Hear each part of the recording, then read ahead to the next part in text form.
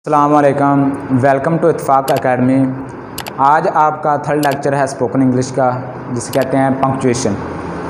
First of all जिसे कहते हैं पंक्चुएशन। पंक्चुएशन होता क्या है? सबसे पहले ये हम बताएंगे, it is use to create a sense, clarity and stress in the sentence.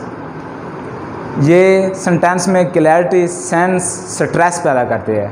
Punctuation का हम यूज़ कहाँ कर सकते हैं, इसके बारे में ये बता रहे हैं हम।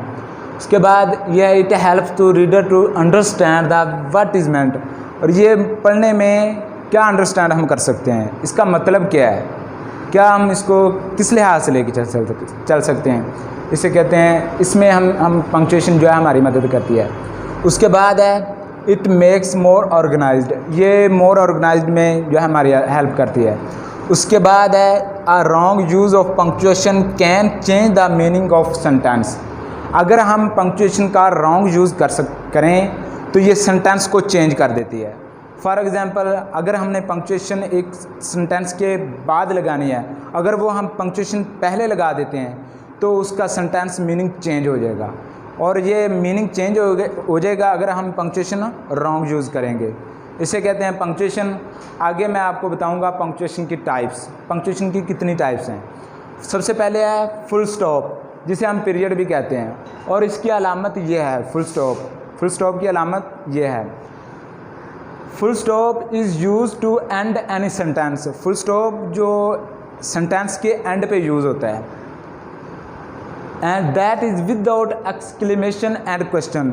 एक्सक्लेमेशन और क्वेश्चन के बगैर, मतलब कोई क्वेश्चन हम नहीं करते, उसके बगैर ही सेंटेंस एंड हो जाता है, उसे कहते हैं फुल स्टॉप या पीरियड। हम यहाँ पे इसकी एग्जांपल ले लेते हैं। एग्जांपल इसकी है he is a good boy. यहाँ पे क्वेश्चन भी नहीं किया गया और विदाउट एक्सक्लेमेशन और क्वेश्चन के वो कह रहा है he is a good boy. Sentence and हो गया है। जब सेंटेंस एंड हुआ है तो यहाँ पे हमने लगा दिया फुल स्टॉप, इसे कहते हैं पीरियड। फुल स्टॉप को क्या कहते हैं? पीरियड भी कह सकते हैं। और इसे हम एब्रीविएशन के लिए भी यूज़ कर सकते हैं, जैसा कि M.N.A. M.P.A. शॉर्ट फॉर्म में, M.A. B.A. F.A. इनको शॉर्ट फॉर्म में ले सकते हैं। Master of arts, F.Sc.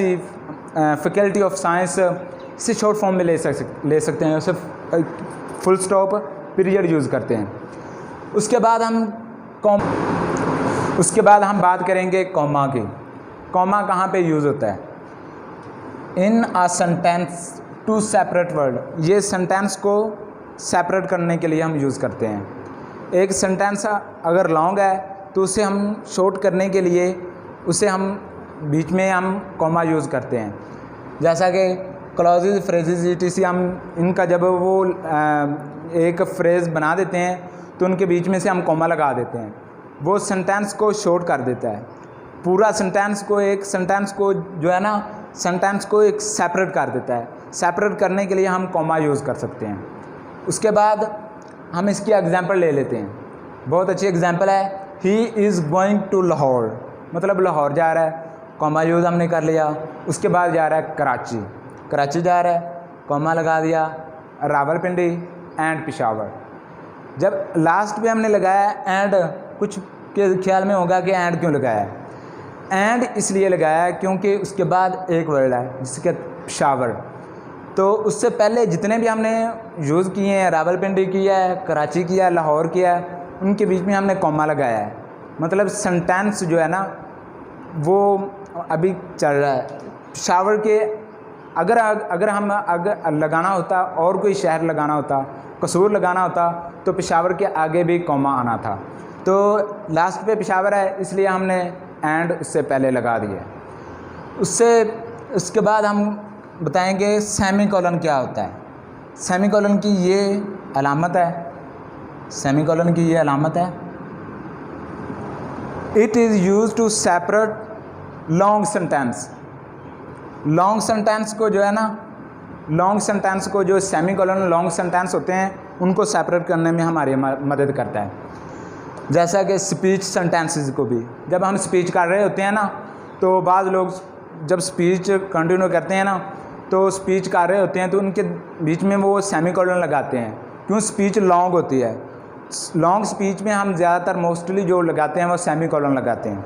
अब इसकी हम एग्जांपल ले लेते हैं। My friend right at moment, मेरा दोस्त सही वक्त पर पहुंच गया था। But we could not attend party, लेकिन वो पार्टी को अटेंड नहीं कर सका।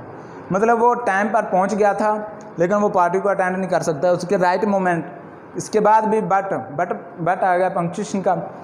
और ये सेंटेंस है लॉन्ग और इसके हमने बीच में लगा दिया है सेमीकोलन, ये है सेमीकोलन। उसके बाद हम बात करेंगे क्वेश्चन मार्क।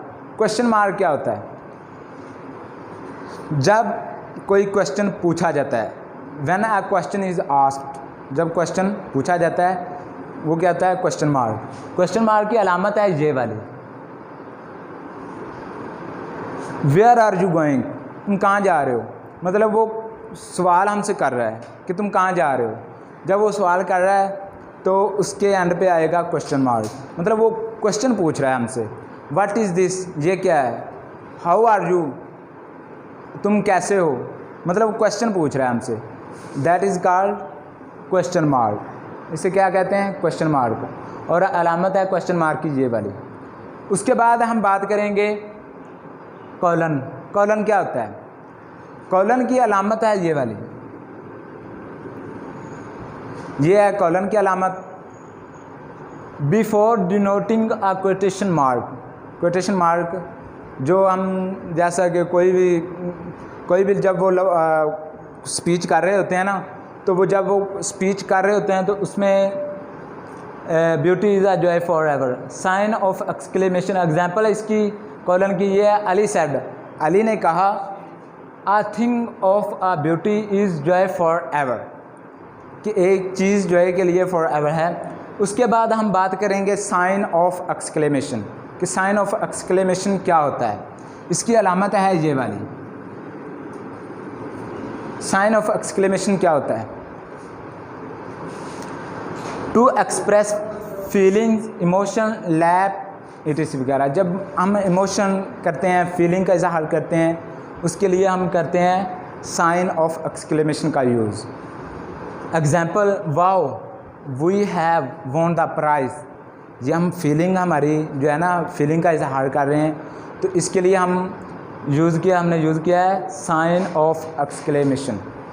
उसके बाद हम बात करेंगे एपोस्ट्रोफ। एपोस्ट्रोफ शॉर्ट वर्ड में जैसे कहते हैं, इसे कहते हैं टू इंडिकेट मिसिंग लेटर्स, जो लेटर को मिस करके लिखा जा सकता है उसे कहते हैं एपोस्ट्रोफ। एपोस्ट्रोफ जैसा कि एग्जाम्पल इसके लिए शेल नॉट को आप शेल नॉट लिख ऐसे शॉर्ट फॉर्म में लिख लेंगे, डू नॉट को डोंट लिख लेंगे, इस तरह डिड नॉट को डिडंट लिख लेंगे। ये सब इनकी शॉर्ट फॉर्म है और इसे कहते हैं अपोस्ट्रोफ। शॉर्ट फॉर्म में जब लिखते हैं तो इसे कहते हैं अपोस्ट्रोफ। उसके बाद लास्ट पे आपको बहुत इंपॉर्टेंट बताने जा रहा हूँ, जिसे कहते हैं हैफन।